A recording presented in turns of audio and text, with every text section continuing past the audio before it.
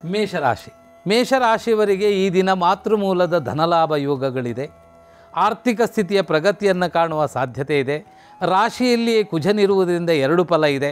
ಒಂದು, ರಾಶ್ಯಾಧಿಪತಿ ರಾಶಿಯಲ್ಲಿರುವುದರಿಂದ ಭಾವಪುಷ್ಟಿ ಯೋಗಾದಿಗಳು ಅಧಿಕವಾಗಿರುತ್ತೆ. ಭೂಮಿ ಖರೀದಿ, ರೋಚಕ ಯೋಗದ ಫಲವನ್ನು ಪಡಿತೀರಾ, ಭೂ ಸಂಪತ್ತನ್ನು ಪಡಿತೀರಾ, ಉದ್ಯೋಗವನ್ನು ಪಡಿತೀರಾ. ಸ್ವಲ್ಪ ಆರೋಗ್ಯದ ವ್ಯತ್ಯಾಸಗಳು ನಿಮಗೆ ಕಾಣುವ ಸಾಧ್ಯತೆ ಇದೆ. ಸಂಚಾರವು ಅಧಿಕಗೊಳ್ಳುವಂತಹ ಸಾಧ್ಯತೆಗಳಿದೆ. ವ್ಯಾಪಾರಿಗಳಿಗೆ ಅಭಿಷ್ಟ ಫಲವನ್ನು ಪಡೆದುಕೊಳ್ಳುವ ಯೋಗಾದಿಗಳು ಚೆನ್ನಾಗಿ ಕಾಣಿಸ್ತಾ ಇದೆ.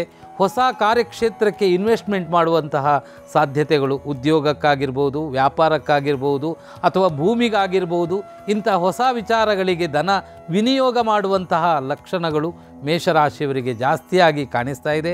ಅದಲ್ಲದೆ ಸ್ವಂತ ಉದ್ಯೋಗ ಮಾಡುವವರು ನಿಮ್ಮ ಉದ್ಯೋಗದ ಸಂಸ್ಥೆಯನ್ನು ಅಭಿವೃದ್ಧಿಗೊಳಿಸುವಂಥ ಚಿಂತನೆಗಳನ್ನು ಮಾಡುವ ಸಾಧ್ಯತೆ ಇದೆ. ಆದರೆ ನಿಮ್ಮಲ್ಲಿ ಕೋಪ ಜಾಸ್ತಿ ಇದೆ, ಅದನ್ನು ಸ್ವಲ್ಪ ನಿಧಾನಗತಿಯಾಗಿ ಕಡಿಮೆ ಮಾಡಿ, ಜಿದ್ದಿ ಸ್ವಭಾವವನ್ನು ದೂರವಾಗಿಡಿ. ಅದರಿಂದಾಗಿ ನಿಮ್ಮ ಪಾಲಿಗೆ ಈ ದಿನ ಒಳ್ಳೆಯ ಫಲ ಲಭಿಸುವ ಯೋಗ ಚೆನ್ನಾಗಿದೆ.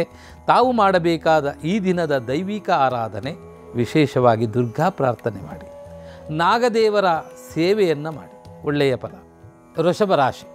ಈ ವೃಷಭರಾಶಿಯವರಿಗೆ ಈ ದಿನ ಆರ್ಥಿಕ ಸ್ಥಿತಿಯಲ್ಲಿ ಪ್ರಗತಿಯನ್ನು ಕಾಣುವ ಯೋಗಾದಿಗಳು, ಬರುವಂತಹ ಸಂಪತ್ತಿನ ಬಗ್ಗೆ ಪ್ರಯತ್ನ ಮತ್ತು ನೀವು ನಿರೀಕ್ಷೆ ಮಾಡ್ತಾ ಇರುವಂಥದ್ದು.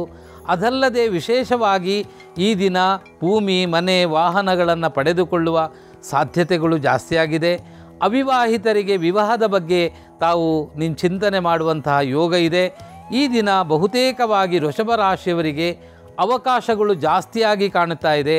ವ್ಯಾಪಾರಿಗಳಿಗೆ, ಉದ್ಯೋಗ ಮಾಡುವವರಿಗೆ ಆರ್ಥಿಕ ಸ್ಥಿತಿಯ ಪ್ರಗತಿಗಳನ್ನು ಕಾಣುವಂತಹ ಸಾಧ್ಯತೆ ಇದೆ.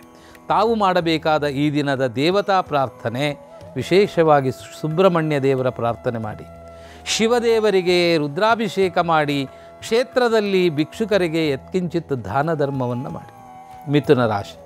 ಈ ದಿನ ಸೂರ್ಯೋದಯದಲ್ಲಿ ಚಿಂತೆಯನ್ನು ಮಾಡಿದರು, ನಂತರದಲ್ಲಿ ಸಿಂಹರಾಶಿಗೆ ಚಂದ್ರನು ಪ್ರವೇಶ ಮಾಡುವಾಗ ನಿಮ್ಮ ಸಾಧನೆಗಳೆಲ್ಲ, ಇಷ್ಟಾರ್ಥಗಳೆಲ್ಲ ನೆರವೇರುತ್ತೆ.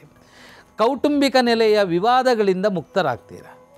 ಪತಿ ಪತ್ನಿಯರಾಗಿದ್ದರೆ ತಾವು ಹೊಸ ವ್ಯವಹಾರವನ್ನು ಮಾಡಿಕೊಳ್ಳುವಂಥ ಚಿಂತನ ಮಂಥನವನ್ನು ಮಾಡುವ ಸಾಧ್ಯತೆಗಳಿದೆ. ವ್ಯಾಪಾರಿಗಳಿಗೆ ಈ ದಿನ ಅನಿರೀಕ್ಷಿತ ಲಾಭಪ್ರದವಾದಂತಹ ದಿನ ಉಂಟಾಗುತ್ತೆ. ಇನ್ನು ದೂರ ಸ್ಥಳ ಪ್ರಯಾಣ ಮಾಡುವ ಅವಕಾಶಗಳು ಉಂಟಾಗುತ್ತೆ. ಯಂತ್ರೋಪಕರಣಗಳಲ್ಲಿ ಕೆಲಸ ಮಾಡುವಂತಹ ನಿಮಗೆ ಈ ದಿನ ಹೊಸ ಯಂತ್ರೋಪಕರಣಗಳನ್ನು ಪಡೆದುಕೊಳ್ಳುವಂತಹ ಯೋಗಾದಿಗಳು ಚೆನ್ನಾಗಿ ಕಾಣಿಸ್ತಾ ಇದೆ. ಆರೋಗ್ಯದಿಂದ ರೋಗ ಉಪಶಮನಗೊಳ್ಳುವಂತಹ ಸಾಧ್ಯತೆಗಳು ಚೆನ್ನಾಗಿದೆ. ಈ ದಿನ ಮಿಥುನ ರಾಶಿಯವರಿಗೆ ಬಹುತೇಕವಾಗಿ ಸರಿಯಾದ ಪ್ರಯತ್ನ ನೀವು ಮಾಡಿದ್ದೇ ಆದರೆ ಇಷ್ಟಾರ್ಥ ಸಿದ್ಧಿ. ತಾವು ಮಾಡಬೇಕಾದ ಈ ದಿನದ ದೈವಿಕ ಆರಾಧನೆ, ದತ್ತಾತ್ರೇಯ ದೇವರ ಸ್ಮರಣೆ ಮಾಡಿ. ಮನೆಯಲ್ಲಿ ಬೆಳಗ್ಗೆ ತುಪ್ಪದ ದೀಪವನ್ನು ಮನೆಯಲ್ಲಿ ಹಚ್ಚಿ ಪಂಚಾಕ್ಷರಿ ಜಪ 108 ಸಲ ಮಾಡಿ ಹೊರಡಿ. ನಿಮ್ಮೆಲ್ಲ ಇಷ್ಟಾರ್ಥಗಳು ನೆರವೇರುತ್ತೆ. ಕರ್ಕಾಟಕ ರಾಶಿ.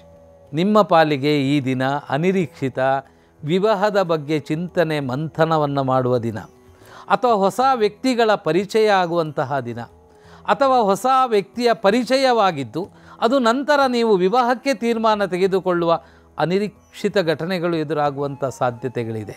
ವಿಶೇಷವಾಗಿ ವ್ಯಾಪಾರಸ್ಥರಿಗೆ ಈ ದಿನ ವ್ಯಾಪಾರದಲ್ಲಿ ಹೊಸ ಬದಲಾವಣೆಗಳ ಬಗ್ಗೆ ಚಿಂತನೆ ಮಾಡ್ತಾ ಇದ್ದೀರಾ.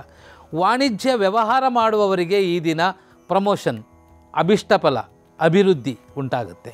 ಇನ್ನು ಚಲನಚಿತ್ರ ರಂಗದಲ್ಲಿರುವಂಥವರಿಗೆ ನಿಮ್ಮ ಈ ದಿನದ ಎಲ್ಲ ಕರ್ತವ್ಯಗಳು ಜನಪ್ರಿಯವಾಗುವ ಎಲ್ಲ ಯೋಗಾದಿಗಳು ಉಂಟಾಗುತ್ತೆ. ಆದರೆ ಕ್ರೋಧ, ಈಗೋ ಇದನ್ನು ದೂರವಾಗಿಟ್ಟರೆ ಅದ್ಭುತ ಫಲವನ್ನು ಪಡೆದುಕೊಳ್ಳುವ ಯೋಗ ಕರ್ಕಾಟಕ ರಾಶಿಯವರಿಗಿದೆ. ತಾವು ಮಾಡಬೇಕಾದ ಈ ದಿನದ ದೈವಿಕ ಆರಾಧನೆ, ವಿಶೇಷವಾಗಿ ನರಸಿಂಹ ದೇವರ ಪ್ರಾರ್ಥನೆ ಮಾಡಿ, ಸತ್ಯನಾರಾಯಣ ದೇವರ ಜಪ ಮಾಡಿ, ಒಳ್ಳೆಯ ಫಲ ಉಂಟಾಗುತ್ತೆ.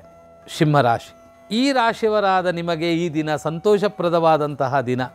ಮಡದಿಯಿಂದ ದೂರವಾಗಿ ವಿದೇಶವೋ ಅಥವಾ ದೂರ ಸ್ಥಳವೋ ಉದ್ಯೋಗದ ನಿಮಿತ್ತ ಪ್ರಯಾಣ ಮಾಡುವಂತಹ ಚಿಂತನೆಗಳು ನಡೆಯುವ ಸಾಧ್ಯತೆ ಇದೆ. ಅಥವಾ ಉದ್ಯೋಗ ಇಲ್ಲದವರು ಉದ್ಯೋಗ ಪ್ರಾಪ್ತಿಯಾಗುವಂತಹ ಒಳ್ಳೆಯ ಅವಕಾಶಗಳು ಕಾಣಿಸ್ತಾ ಇದೆ. ಸರಕಾರ ಮೂಲದ ಉದ್ಯೋಗಕ್ಕೆ ಅಪೇಕ್ಷಿಸುವವರು ಪ್ರಯತ್ನ ಮಾಡಿದರೆ ಸಿಗುವ ಲಕ್ಷಣಗಳಿದೆ. ಸಿಂಹರಾಶಿಯವರಿಗೆ ಈ ದಿನ ಬಹಳ ಯೋಗಪ್ರದವಾದ ಫಲವು ರಾಶಿಯಲ್ಲಿಯೇ ಚಂದ್ರನು ಸಂಚರಿಸುವಾಗ ಸುಖಭೋಗಾದಿಗಳನ್ನು ಪಡೆದುಕೊಳ್ಳುವ, ಅವಿವಾಹಿತರಿಗೆ ವಿವಾಹದ ಬಗ್ಗೆ ನಿರ್ಣಯ ಮಾಡುವ ಕೆಲವು ಅವಕಾಶಗಳು ಚೆನ್ನಾಗಿದೆ. ವ್ಯಾಪಾರಸ್ಥರಿಗೆ ಶುಭ. ಅನಿರೀಕ್ಷಿತವಾಗಿ ಈ ದಿನ ಲಾಭದಾಯಕವಾದ ಫಲವನ್ನು ಪಡೆದುಕೊಳ್ಳುವ ಯೋಗಾದಿಗಳು ಚೆನ್ನಾಗಿದೆ. ಬಹುತೇಕವಾಗಿ ಸಮಯಕ್ಕೆ ಹೆಚ್ಚಿನ ಮಹತ್ವ, ಸಾಧನೆಗೆ ಹೆಚ್ಚಿನ ಮಹತ್ವ ತಾವು ಮಾಡಿದ ಪಕ್ಷದಲ್ಲಿ ಒಳ್ಳೆಯ ಫಲ. ತಾವು ಮಾಡಬೇಕಾದ ಈ ದಿನದ ದೇವರ ಪ್ರಾರ್ಥನೆ: ಲಕ್ಷ್ಮೀನಾರಾಯಣ ಹೃದಯ ಪಾರಾಯಣ ಮಾಡಿ, ವಿಷ್ಣು ಸಹಸ್ರ ನಾಮ ಪಾರಾಯಣ ಮಾಡಿ ಶುಭವಿದೆ. ಕನ್ಯಾ ರಾಶಿ, ನಿಮ್ಮ ರಾಶಿಗೆ ಈ ದಿನ ಸ್ವಲ್ಪ ಧನ ನಷ್ಟ ಇದೆ. ಮುಂಡು ಸ್ವಭಾವದಿಂದ ಬೇರೆ ಬೇರೆ ಮೂಲಕ್ಕೆ ಧನ ವಿನಿಯೋಗ ಮಾಡಿದರೆ ಅದು ನಿಮ್ಮ ಪಾಲಿಗೆ ನಷ್ಟ ಉಂಟಾಗುವ ಎಲ್ಲ ಲಕ್ಷಣಗಳು ಕಾಣಿಸ್ತಾ ಇದೆ. ಅದರಿಂದ ಯಾವುದೇ ಹೊಸದಾದಂತಹ ಕಾರ್ಯಕ್ಷೇತ್ರಕ್ಕೆ ನಿಮ್ಮನ್ನು ನೀವು ತೊಡಗಿಸಿಕೊಳ್ಳಬಹುದು. ಇನ್ವೆಸ್ಟ್ಮೆಂಟ್ ಮಾಡಬಾರ್ದು. ದೈಹಿಕ ಆರೋಗ್ಯ ಸ್ಥಿತಿಯಲ್ಲಿ ವ್ಯತ್ಯಾಸಗಳನ್ನು ಕಾಣುವ ಸಾಧ್ಯತೆ ಇದೆ. ಕಣ್ಣಿನ ಸಂಬಂಧಪಟ್ಟ ಸಮಸ್ಯೆಗಳು ಕಾಣುವ ಸಾಧ್ಯತೆ ಇದೆ. ಸ್ವಲ್ಪ ಬೆಂಕಿಯಿಂದ ದೂರವಿರಬೇಕಾಗತ್ತೆ. ಮಕ್ಕಳಾದರೆ ಸ್ವಲ್ಪ ಜಾಗ್ರತೆಯಾಗಿ ಮಕ್ಕಳ ಬಗ್ಗೆ ಹೆಚ್ಚಿನ ಗಮನವನ್ನು ಇಟ್ಟುಕೊಳ್ಳಬೇಕಾದಂತಹ ದಿನ.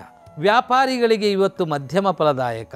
ಆದರೆ ಮನೆ ಕಟ್ಟುವವರಿಗೆ ಈ ದಿನ ಗೃಹ ನಿರ್ಮಾಣ ಮಾಡುವ ಹೊಸ ತೀರ್ಮಾನಗಳನ್ನು ತೆಗೆದುಕೊಳ್ಳುವ ಯೋಗವೂ ಇದೆ.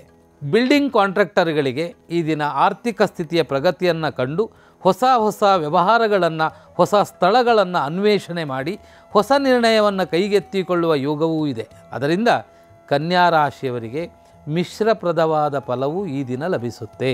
ಹಾಗಾಗಿ ತಾವು ಮಾಡಬೇಕಾದ ಈ ದಿನದ ದೈವಿಕ ಪ್ರಾರ್ಥನೆ: ಮನೆಯಲ್ಲಿ ಗಣಪತಿಗೆ ಗರಿಕೆಯ ಅರ್ಚನೆ, ದ್ವಾದಶ ನಾಮದಿಂದ ಗರಿಕೆ ಅರ್ಚನೆಯನ್ನು ಮಾಡಿ, ಹಾಗೆ ಗಣಪತಿಯ ಜಪವನ್ನು, ಕೇತು ಜಪವನ್ನು ತಾವು ಮಾಡಿದ್ದೇ ಆದರೆ ಒಳ್ಳೆಯ ಫಲ ನಿಮ್ಮ ಪಾಲಿಗೆ ಉಂಟಾಗುತ್ತೆ.